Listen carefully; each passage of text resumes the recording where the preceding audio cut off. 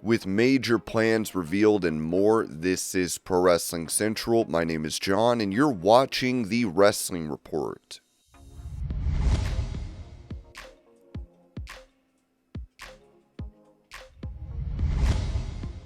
As Omos has been off WWE television for some time, an update was provided with Ringside News writing. Omos hasn't been seen on WWE television in months, but that doesn't mean he's on the shelf. In fact, WWE may have something completely unexpected lined up for the 7'3" Nigerian giant. According to a new report from WrestleVotes Radio on WrestleBinge, WWE is now seriously considering sending Omos to AAA as part of their ongoing efforts to expand their reach under the new alliance with the Mexican promotion. Joey Votes revealed the move is being talked about behind the scenes and compared it to Omos's run earlier this year in Noah, which, despite being short, was a surprise hit with fans. Back in January, Omos made headlines by winning the GHC Heavyweight Tag Team title in Noah alongside Jack Morris. He later vacated the title and returned to WWE, but hasn't wrestled since the Andre the Giant Memorial Battle Royal on the April 5th episode of SmackDown. In a recent interview with Gambling Industry News, Omos confirmed he re-signed with WWE, saying, "I just signed a renewal with WWE and will be there for years to come." He also noted that he's been training really hard and working on some new things, teasing a return when the time is right. If WWE does send Omos to AAA, it could be the reset his character needs, and it may also help the company test international appeal in a fresh setting.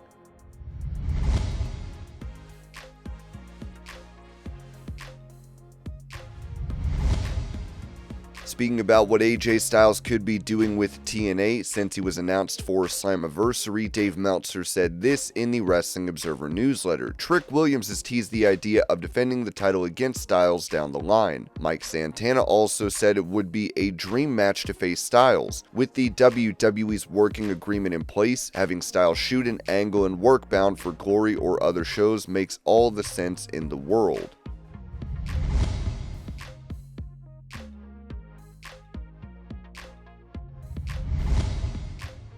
While some suspect that the injury to Seth Rollins might not be as serious as made out to be, Paul Heyman gave his take on this, telling CBS Sports, "Seth Rollins being injured is a fact of life. It's an inherent danger in this industry. The media will exploit their access to us by having more in-depth reporting behind the scenes. We're going to exploit that access to the media by devising storylines that are enticing to the readers, viewers, or the people who consume that content. It now becomes another platform for us to use. It's just the evolution of the relationship. The reporters get closer to the product and the product gets closer to the reporters. This allows even more spotlight to be put on Braun Breaker, who is going to main event multiple WrestleManias in the future. I was predicting that even before Braun Breaker was with me on television. Bronson Reed is the most underappreciated and underutilized monster that we've had for years. Finally, he gets the spotlight to have the right opponents to smash. He gets the right opponents to tsunami.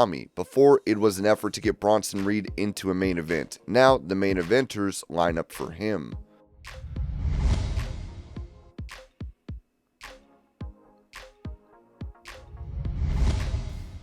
Explaining why keeping work and marriage separate is best for him, CM Punk told TV Insider, "There are really two things me and my wife don't do together. One is to work out, and the other is to work together. It's really the perfect relationship."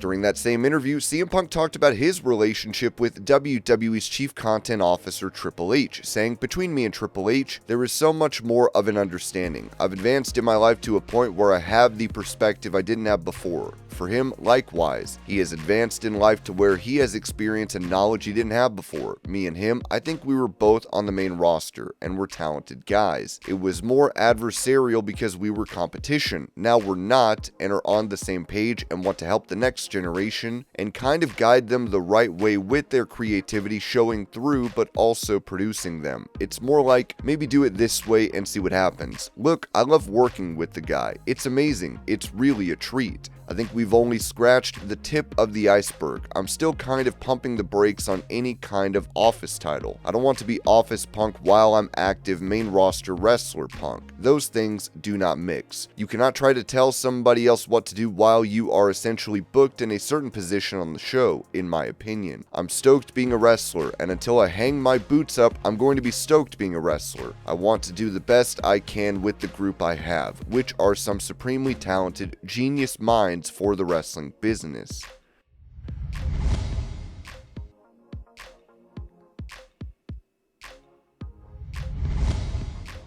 Going over what is next for Jacob Fatu in WWE, Ringside News wrote that Jacob Fatu has been on a tear since arriving in WWE, and now the company is about to put serious weight behind him outside the ring too. According to a new report from WrestleVotes Radio on WrestleBinge, WWE is preparing a major promotional push for Fatu that goes far beyond just wins and losses on TV. The company is reportedly working on exclusive, city-themed merchandise specifically designed for Fatu, a move usually reserved for select top-tier names. Now that Fatu is officially a babyface, WWE seems ready to market him to a much broader audience. But it's not just merch. WWE also plans to feature Fatu in more public-facing appearances, building up his visibility and turning him into a face fans can recognize both in and out of the ring. After a dominant first year on the roster, WWE clearly sees the long-term potential in the former United States champion. No official comment has been made by the company, but the message behind this reported strategy is clear. Jacob Fatu isn't just getting pushed, he's being positioned as a franchise name.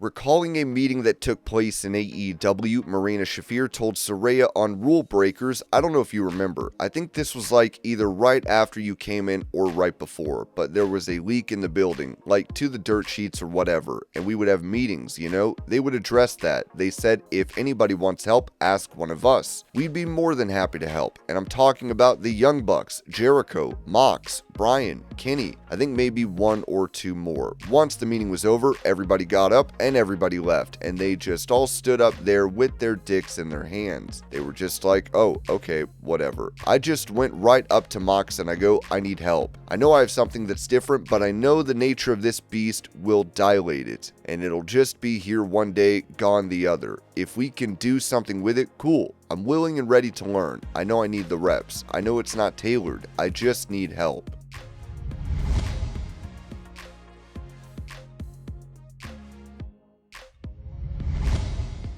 Touching on Travis Scott's future in WWE, Dave Meltzer noted in the Wrestling Observer newsletter, he doesn't like to commit to anything. He goes half in and tries other projects at the same time. And since he's a personal client of Ari Emanuel, everyone tried to accommodate until it just became too much to deal with. I heard he was not a quick learner for the business.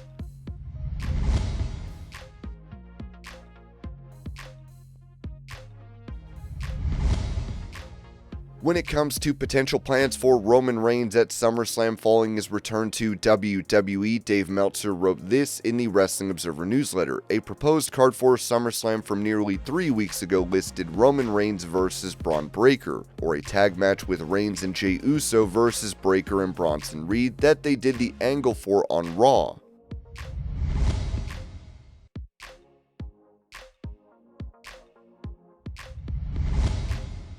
Staying on the topic of matches at SummerSlam, the main events for both nights may have been revealed. As Ringside News wrote, WWE's first ever two-night SummerSlam at MetLife Stadium just got even more massive. A new report has revealed which matches are currently slotted to main event each night, and they're exactly the kind of heavyweight clashes fans were hoping for. According to Dave Meltzer in the latest installment of the Wrestling Observer newsletter, John Cena vs. Cody Rhodes is the planned main event for Night 2, with internal talk at one point about adding an extra stipulation, though nothing has been finalized yet. As for Night 1, CM Punk vs. Gunther for the World Heavyweight Championship is expected to go on last. These marquee matchups are already being positioned as the key pillars of a stacked card that also includes Rhea Ripley vs. Naomi vs. Io Sky, Becky Lynch versus Lyra Valkyria, and the Wild Celebrity Tag Showdown featuring Randy Orton and Jelly Roll against Drew McIntyre and Logan Paul. With these two major matches locked in for the main event spots, WWE appears set to deliver 2 nights of top-tier star power at one of its biggest events of the year.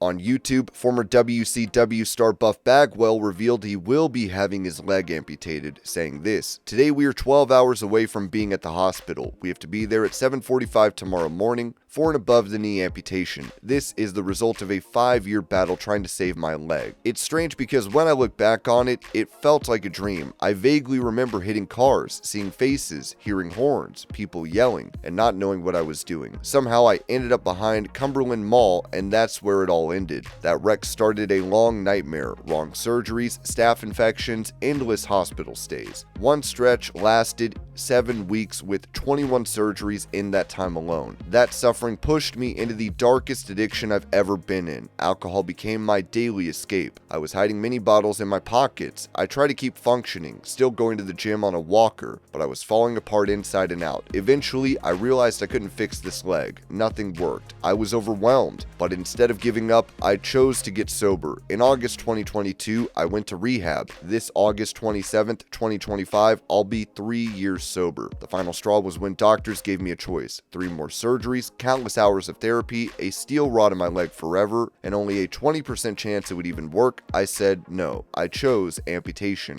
And now, as I prepare to lose my leg, I don't feel fear or sadness. I feel peace and joy, because through this pain, I found sobriety. Losing my leg might have been the rock bottom that saved my life.